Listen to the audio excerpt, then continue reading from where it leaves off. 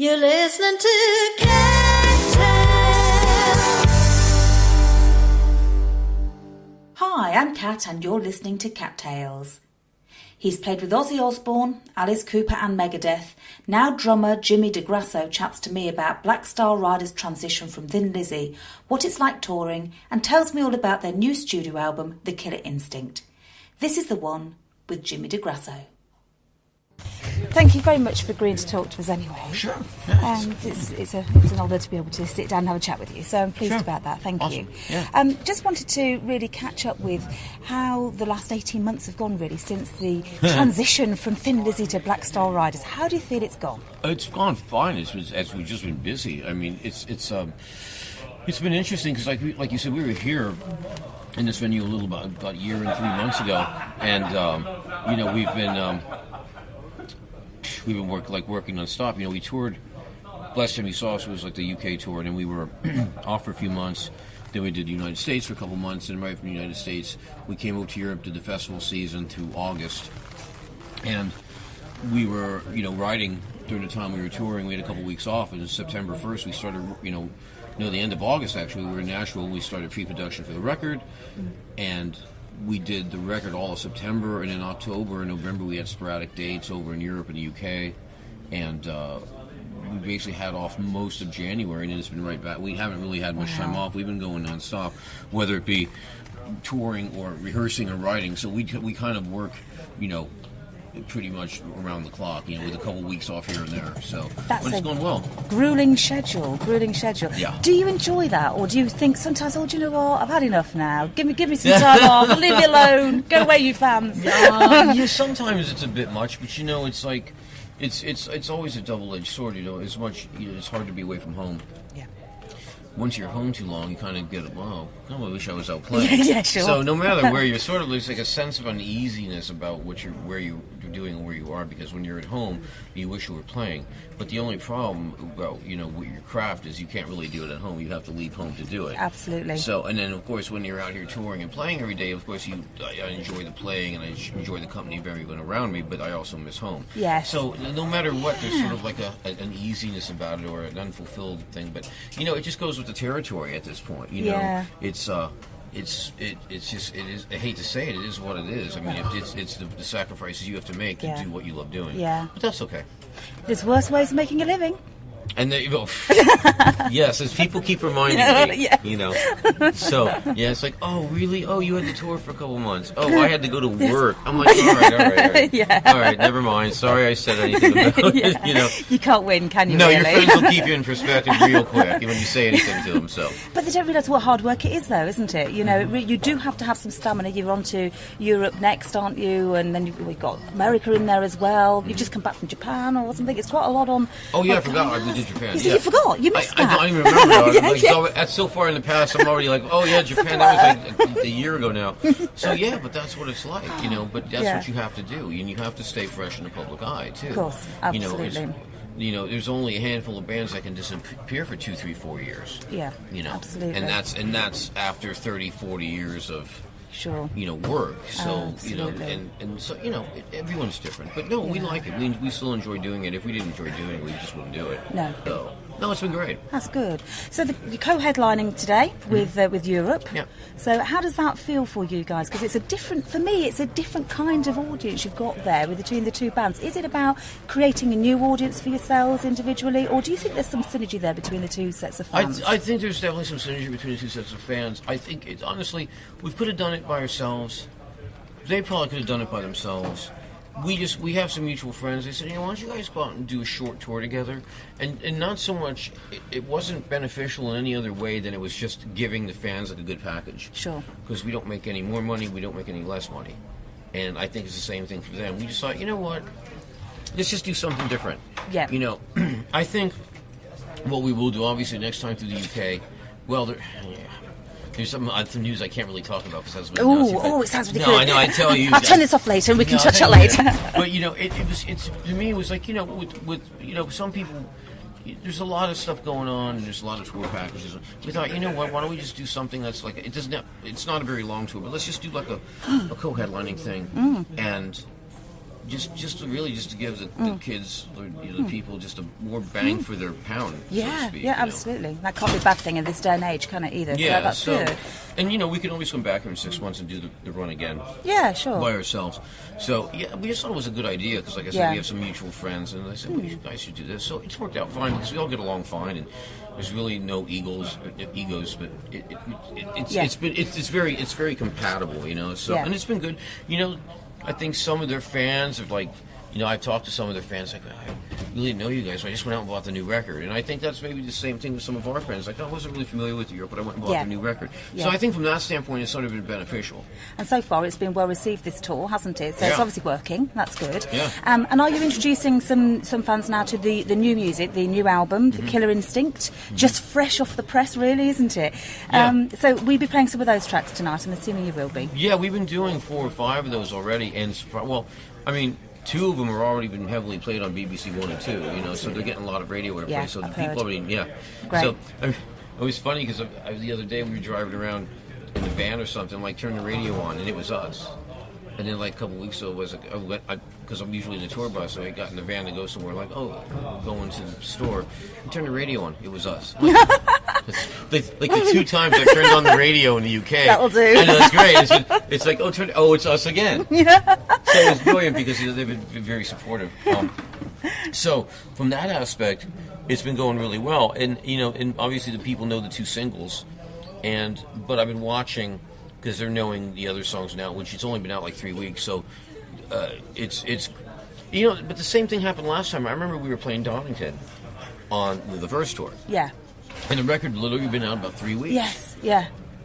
And we're playing Donington, and, we're playing new BSR songs, and I can see the people in the front row know the words. I'm like, after 3 weeks, that's great. That's a good sign. Because it takes a while for them to, get it, and, they buy it, they maybe buy it a month later, after the friends get it, then they listen to it, and then they learn the songs, but they really knew it, right from the beginning. Okay. And that was a bit of the case with this record. People are already on it. Yeah. And what I really noticed is people know the old songs really well, because they've been living with it for, almost 2 years now. Yeah, yeah. So, but it's been interesting, because I think what I've noticed more than anything, I think on the first tour, in the beginning of the first tour, people came to see us and they were expecting to hear a lot of Thin Lizzy, and if they liked the BSR songs, that was fine too. It's really changed now. Now it's people are coming to hear BSR songs, and if they get some Thin Lizzy songs, they're cool with that, but they're not.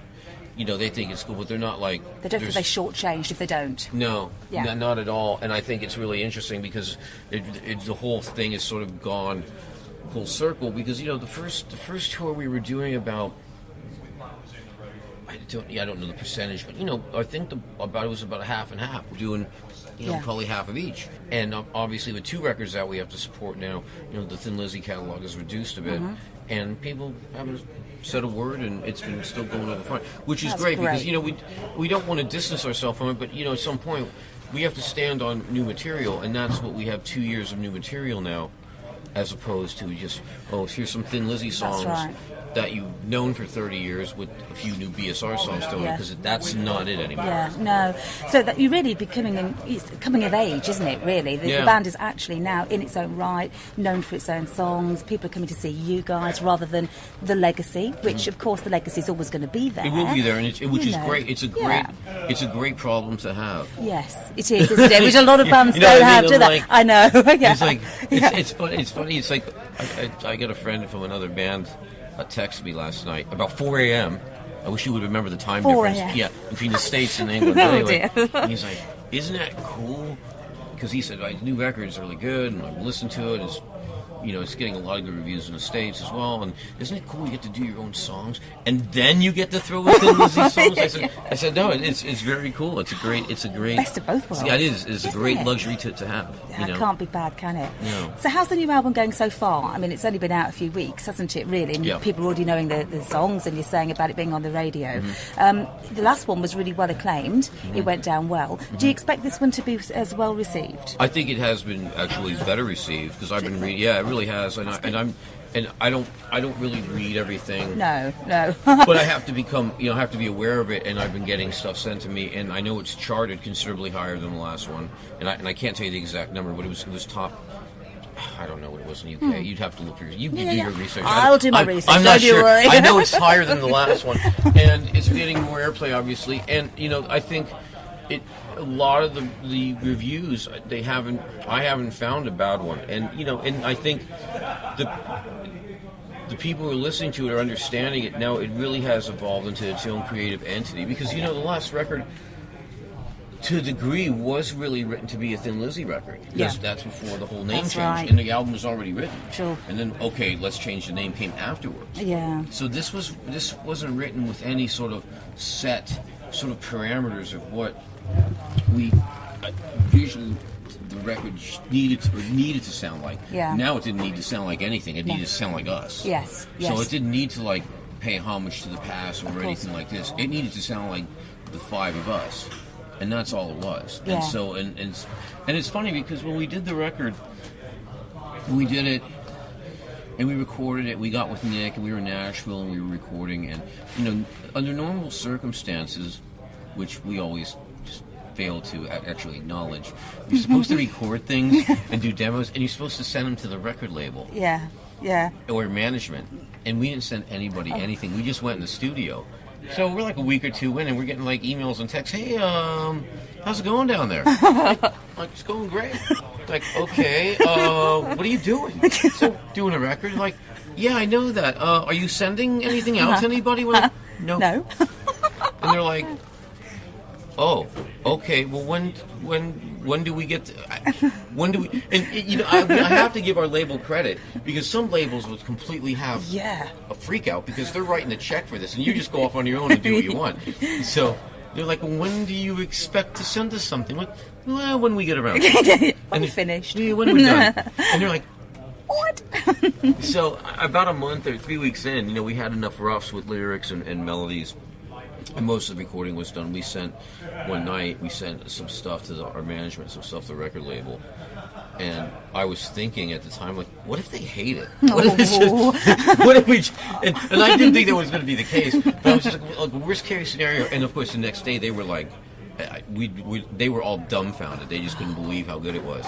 So that's why we said we really weren't that concerned with getting them involved, and because for the most part, they don't need to be involved in our creative process. We like their feedback, but they don't need to be involved in it. No. And they understand that, and they're Of course. fine. But it was funny. We're the next day, oh my God, it's better than I thought. Good. So it worked out. That's got to be good, isn't it? So how does this creative process work then? So you're all in the studio there. You're all thinking of writing the songs. I mean, how does that chemistry go about it? Do you start with the lyrics and then the music comes, or the other way around?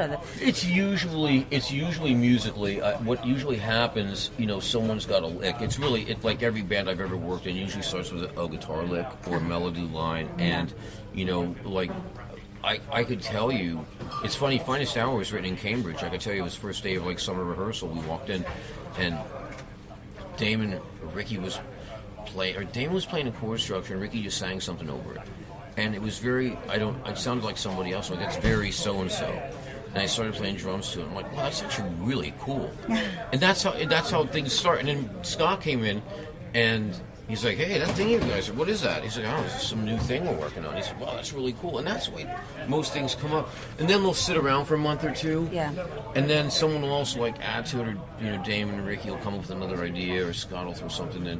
But it really starts, a lot of the stuff was maybe sound check jams. Right. And somewhere on the road last year, we'll be in Chicago, and someone, hey, I got this lick. And then it goes on the iPhone recording app and whatever, and then someone else listens to it 2 months later. So it happens everywhere. So it kind of organically grows and then becomes the final piece. That's brilliant. Yeah. Sounds a lot of fun. Is it better in the studio for you, or is performing live your thing? What do you reckon? I like both. I like being in the studio. I like playing live, but I think I like being in the studio because it's obviously a really controlled environment, and I like the whole creative process of once you're in the studio and you start building, and it's like building a house. Yeah.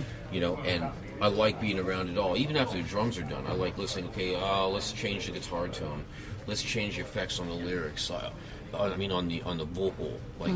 Let's change the bass tone. I love all the sort of engineering and the sound aspects of making this whole sound entity. As opposed to just saying, I do my drum tracks and I skip town. Yeah. I just like the whole thing being around it, because once you do it, it's done. That's it. It's like a painting. It's like you sign your name on the bottom. Yeah. That's it. That's it. You've got to leave it. It goes in the museum or it goes into the dollar store. Yes. You know, or the pound store. So it's going one of those two places. It is, isn't it? So. Either way, it's all good fun, isn't it? Yes. So obviously performing tonight, and then what's next for Black Star Riders then? Touring the States, April. Then we'll have a couple weeks off. We're coming back. The middle of May, we're starting festivals. I think we start in Prague. I want to say the May 22nd or 23rd. I'm not sure.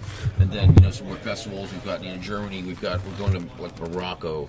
Then we've got Download at Donington. We've got some other things. The schedule's still being filled in, and there's a lot of things still being built, because obviously with the new record doing well, we're getting there's a lot coming in that we have to sort of like juggle and make a logical, like a routing sense out of. Sure. So. And then I think after that, we're going to probably do the States again in August. And then we have Japan, we have South America. And then we're coming back here to the UK the end of November with a sort of a package deal. Yeah. And some time off in between, maybe? Somewhere in there, I think. And then, the other, well, no. Honestly, there won't be any time off, because we were just having a meeting earlier. We're going to try to... we're going to go into the studio again real soon. Oh, I mean, we're not going to put relentless here. Because we kind of have this sort of creative thing going right now. We're aware of it. Our producer's aware of it, and he'd like to get us back in the studio pretty quick. So I think we'll probably have a new record either started or done by the end of this year. It doesn't mean we'll push it out. No. But it's sort of like we're going to get it done while we're kind of rolling. Yeah, and yeah. we'll put it in the can, let it sit there until we need it. Because I can't see us releasing a record until really the end. I don't know. I mean, maybe for another 2 years. Yeah. But we're going to do it earlier than later. Yeah. So. Less pressure. Yeah. You know what I mean? Because Yeah. Because I don't know. Maybe we'll do a thing where we stay an album ahead. Because it's like so many times you go. I mean, I've been in different situations where you go into the studio and you really don't have a lot of good ideas, which sucks. And in this particular case, we have a lot of good ideas. So, lady, let's just kind of get them all in jars, Get them in there. And then we can put them on the table. We can put them on the table at a later date. But at least let's get them jarred on the show. Yeah. So I think that's sort of the mentality. Let's get the stuff started sooner than later. Absolutely. Yeah. Really looking forward to seeing you later. Thank you very much for talking to me, Jimmy. It's been an absolute pleasure. Thanks for coming down. I appreciate you taking the time. No, it's been really lovely. Thank you very much. Awesome. Thank you. Thank you. You've been listening to Cat Tales. To listen again to this and other tales, go to cattales.co.uk.